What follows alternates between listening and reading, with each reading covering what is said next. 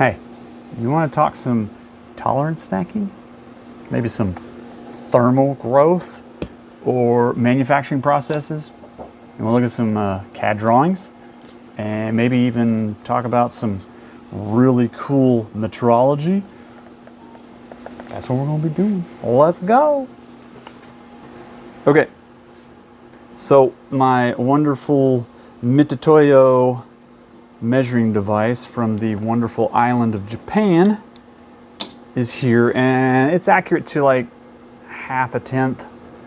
So, you know, count the zeros if you feel like it.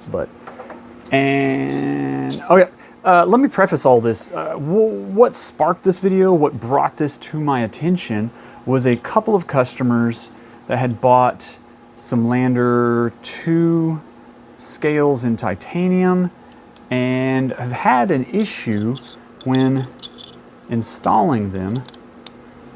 When they go to put the pivot screws in, they are not able to get this tight. So the blade you can't get the tension on the blade that you want. It's just, I think these screws, I'll make an assumption here, I know it's dangerous, but I think what's happening is the pivot screws are bottoming out. Here's a couple pivot screws. I think they're literally just bottoming out in that bore and not allowing you to tension them.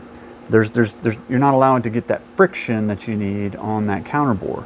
So I jumped into I put my Sherlock Holmes hat on. I got to digging around and went back and I thought, man, I blame myself first. That's my default.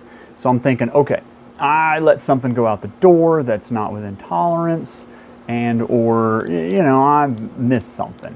It happens. I'm human. Okay, trust me. I know I'm human. Okay, now here we go. Here's the rabbit hole. I have a drawing that I created based off of NAV's CAD file. Okay, so they have a free download CAD file for these scales. I import it, I create a drawing from that. And I've got it down, just to 1 thou measurements. So most of them are round figures, but they make these, they come out with these, they send these out in millimeter measurements, right? Which, nothing wrong with it.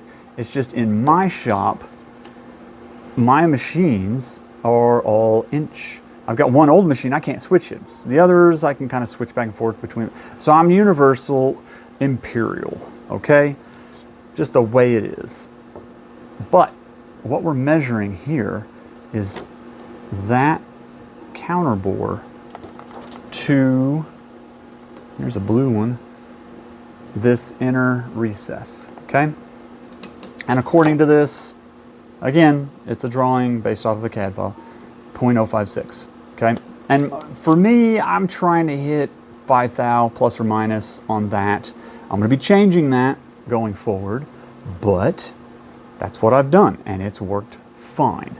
But as you can see, we're not going to split hairs here. We'll round up. That's 52 thou. Okay, we'll just double check here. Hang on, can you guys see? Okay, we're plus or minus, there's a 1/10 or 2 difference per measure. We're getting close, okay? Take the average measurement. So remember that number, 52. Let me get the other one off, maybe. Oh, I see the problem. I didn't put the screws back into the barrels in the back to hold the liners down. So, all right, we'll do the other side. Now this is where we enter into tolerance stacking. Okay, so 52 thou, 52 thou, and 52 thou again. Again, plus or minus 1/10. I'm not splitting hairs here, okay? I don't want to get into a discussion on that kind of precision. We are, in essence, 4 thou under the measurement.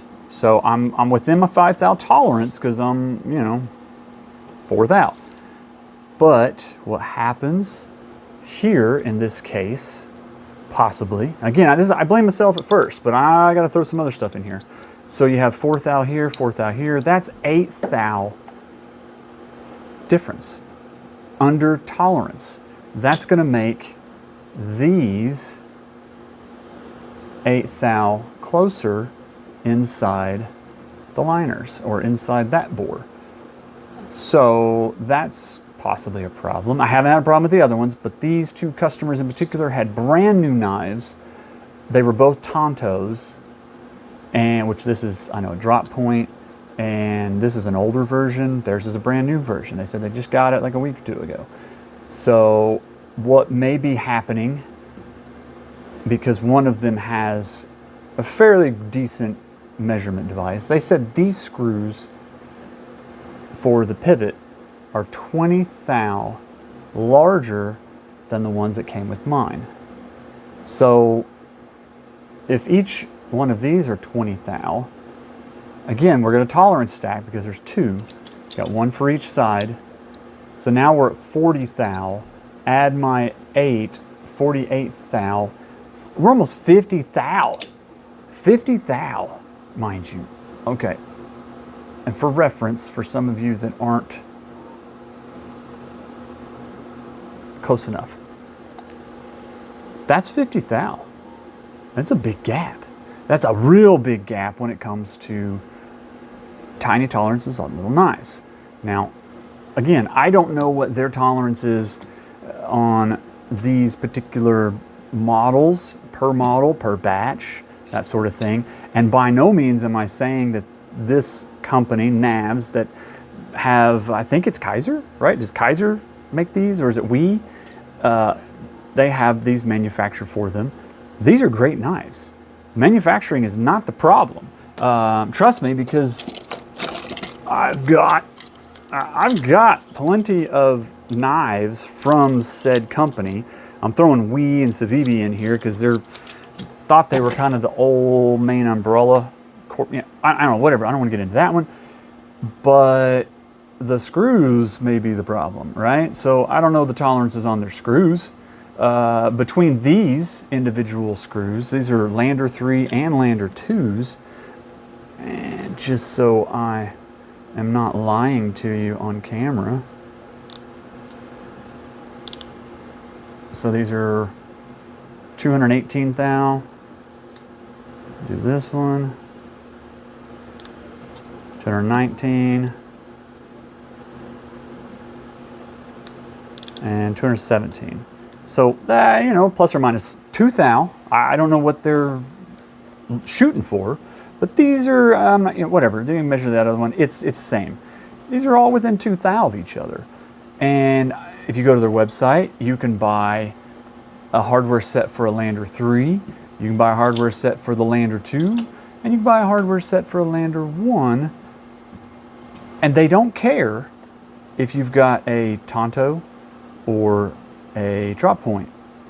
So to me, that says that the hardware within the category, don't care about the subcategories, but within the categories, they're the same. And these are Lander 2 and Lander 3 pivots. So this is great manufacturing, because if you have a standardized product across the board, you don't have to manufacture a whole bunch of different pivots, these screws. You just have one that goes on all of them. Perfect manufacturing and easy inventory as well. So I'm wondering, and the question would be to some of you guys out there that may have more experience with these, with this company, with other companies, but these may be longer in the current models. I don't know. What I'm going to do is, for those customers, I'm sending them a new set that's above tolerance. I'm going to shoot for 5 thou over. And if that doesn't fix the problem, then I'm going to send them some of my pivots, the hardware, and just move on.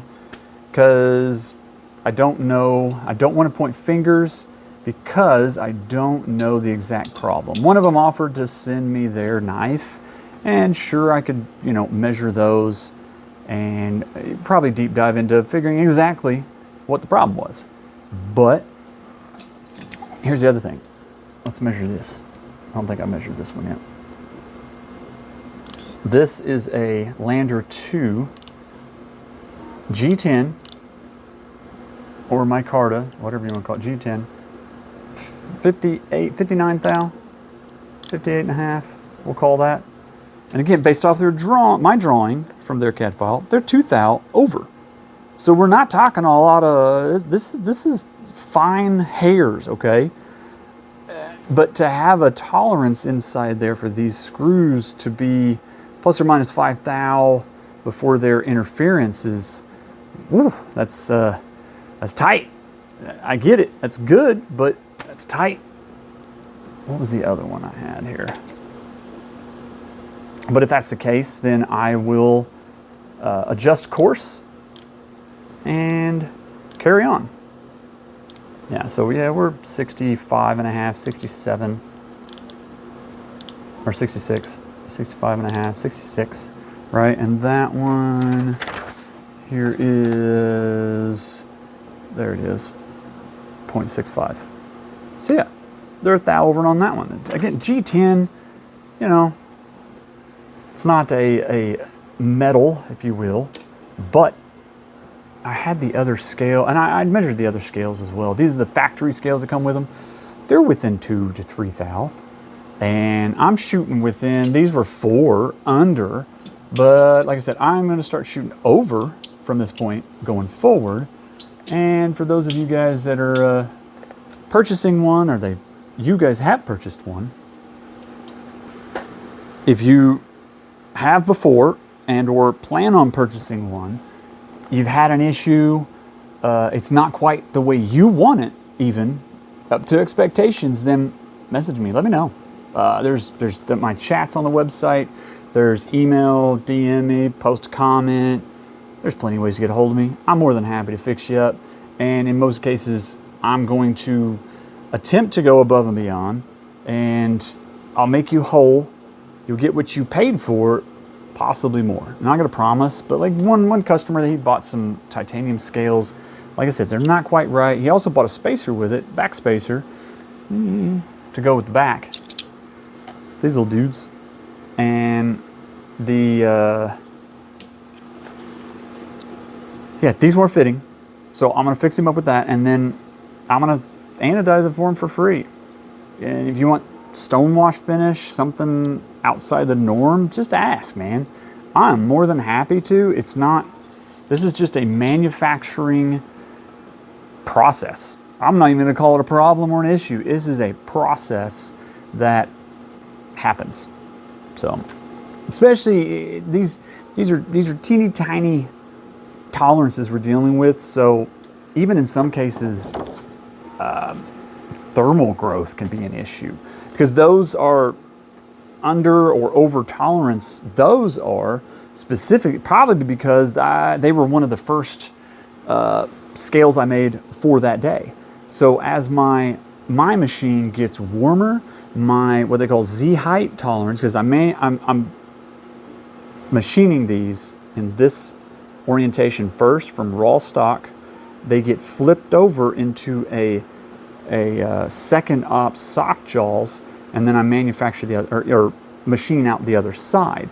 So this hole is a product of Z height. That's the spindle up and down, and my machine will grow Z height tolerance, if you will. My parts grow thicker as it gets warmer. It's starting to rain out here again. I had a break. So that, I usually account for that, right? So I start out slightly under tolerance, and probably by like the 10th, 12th, I'm gonna be over tolerance, 2 or 3 thou. That's fine. That's within my tolerance, because that's what's worked for me in my testing of the knives that I have. If their tolerances have changed, they're with their manufacturing, I just got to work with it. And like I said, we will change course and carry on, man. So yeah, you guys like this kind of stuff? This is like deep dive into the like, I don't know, the teeny tiny world, you know? So it's kind of fun. I like doing this kind of stuff. It's neat. It's weird how physics works on a micro scale. I mean, thermal growth on a machine is scratching the surface when it comes to this type of thing.